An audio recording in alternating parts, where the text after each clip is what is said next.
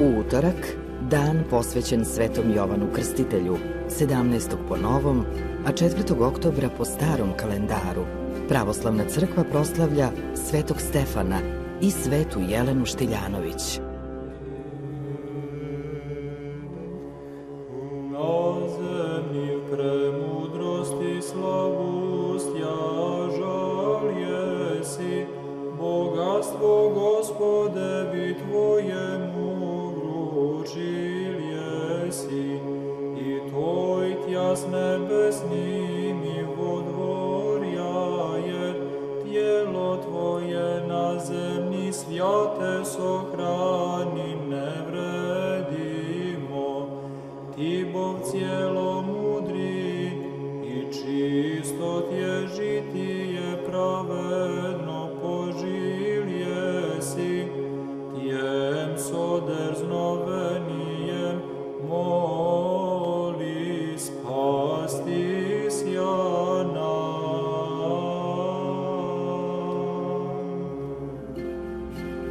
Knez Stefan Štiljanović, poreklom iz plemena Paštrovića, u Srem je došao na poziv despotice Jelene, udovice despota Jovana Brankovića.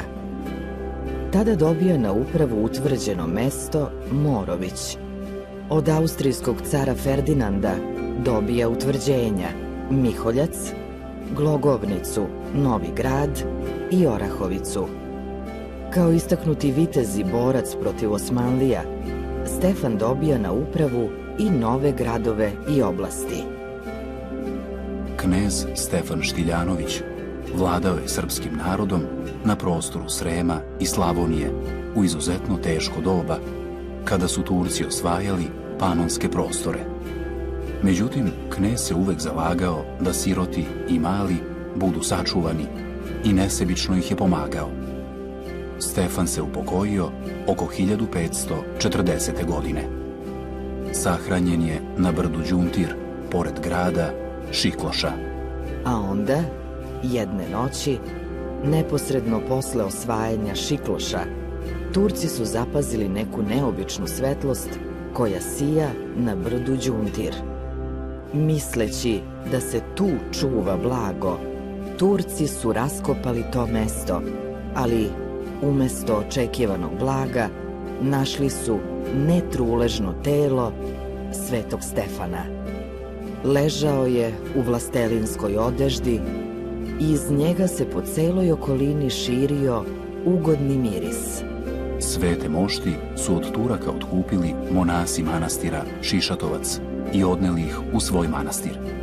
U vreme Bečkog rata, pri kraju 17. veka, monasi su Stefanove mošti odneli do Budima, u crkvi Uspenija Presvete Bogorodice, u selu Žankurtaran. Posle rata vraćene su u Šišatovac i tu ostale sve do Drugog svetskog rata. Kada su ustaše po stvaranju NDH počeli da uništavaju sve što je srpsko i pravoslavno, Šišatovac je srušen. Ipak, svete mošti su ostale netaknute. Prenete su 14. aprila 1942. u Beogradsku sabornu crkvu. O despotici i kneginji Jeleni malo je sačuvanih podataka. Zna se da se posle Stefanovog upokojenja, sklonivši se od Turaka, povukla u Nemačku. Čuvši vest o pronalaženju netruležnih moštiju svoga muža, došla je u manastir Šišatovac da im se pokloni. Ubrzo je primila monaški postrig, dobivši ime Jelisaveta, i naredne 3 godine proživala je tiho i molitveno u ženskom manastiru u Karlovcima.